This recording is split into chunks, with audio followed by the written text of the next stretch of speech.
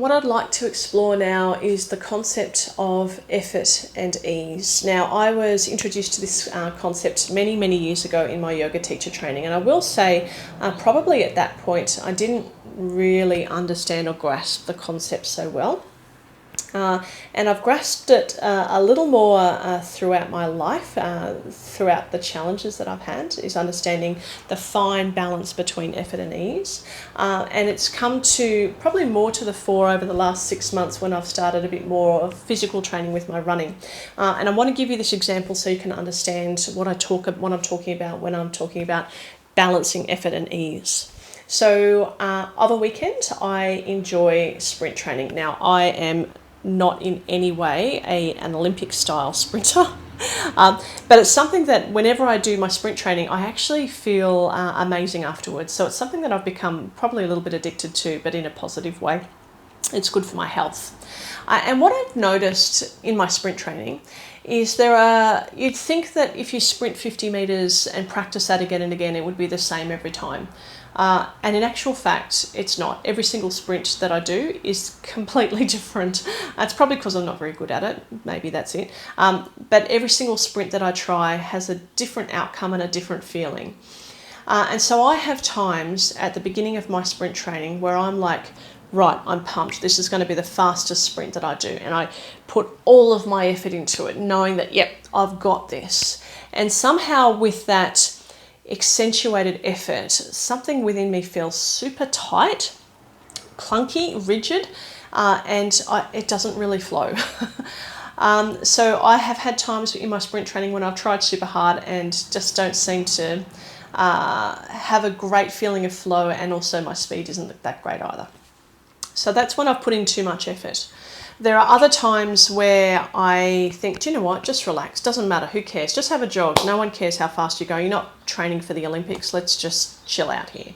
And I have no effort. And then what happens is, because I have no effort, I lose motivation, I don't feel the same energetic rush, I guess, and my speeds aren't that great either, I feel a bit deflated, if anything. So there are moments in your life when you're putting in too much effort, and things will feel clunky and tight and rigid, and you kind of end up depleted, not getting anywhere. There are moments in your life where perhaps you're too ease-filled, you need a little bit more effort, because with the ease, you're losing your momentum, right? Now, somewhere in the middle is where the balance happens. And I know in my sprint training where I put in enough effort, but create the attitude of ease. The attitude of ease with me comes with being conscious of my breath. So allowing my belly to soften, allowing the breath to flow, means that I'm not holding my breath with all of the effort, but I'm not lying down with no effort at all, complete hammock style, beanbag style ease, which means I'm actually not getting anywhere. And so I wanted to introduce this concept because it's really, really common through a life challenge, or navigating grief or loss, or any kind of struggle, where there'll be times where you feel like, I'm just putting in 100% effort here and I'm not getting anywhere, which can leave you in a place of like resentment, struggle, fatigue, depletion.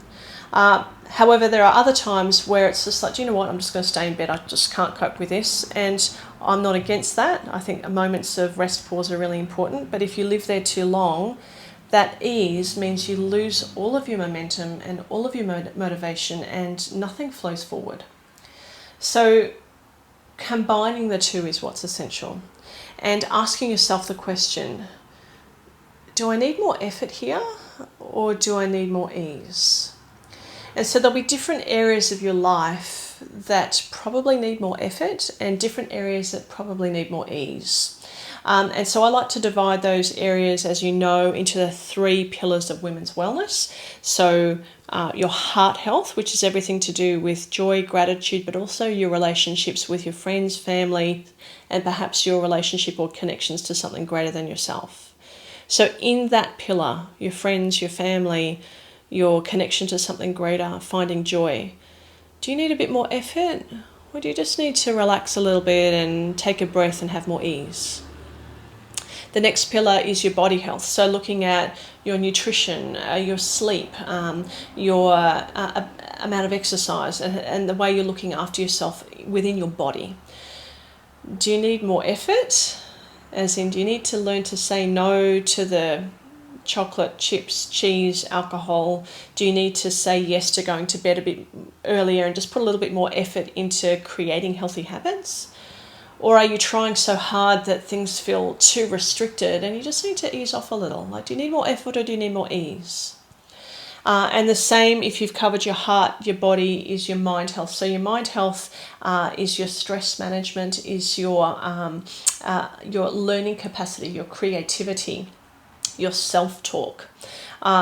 Do you need more effort or do you need more ease? Are you trying really hard at a creative project that, do you know what, I just need to ease back on this? Or are you trying really hard to perhaps navigate your own self-talk, but in actual fact are criticising yourself constantly?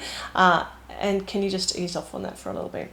So the fine balance of effort and ease is an ongoing learning process. You'll always have moments where you're trying too hard and always have moments where you're not trying enough. It's a fine balance, but asking yourself the question, do I need more effort here or do I need more ease here? Effort comes with the inhale, with the inspiration, with the motivation, with the uplift. Ease comes with the exhale, relax, soften, allow space.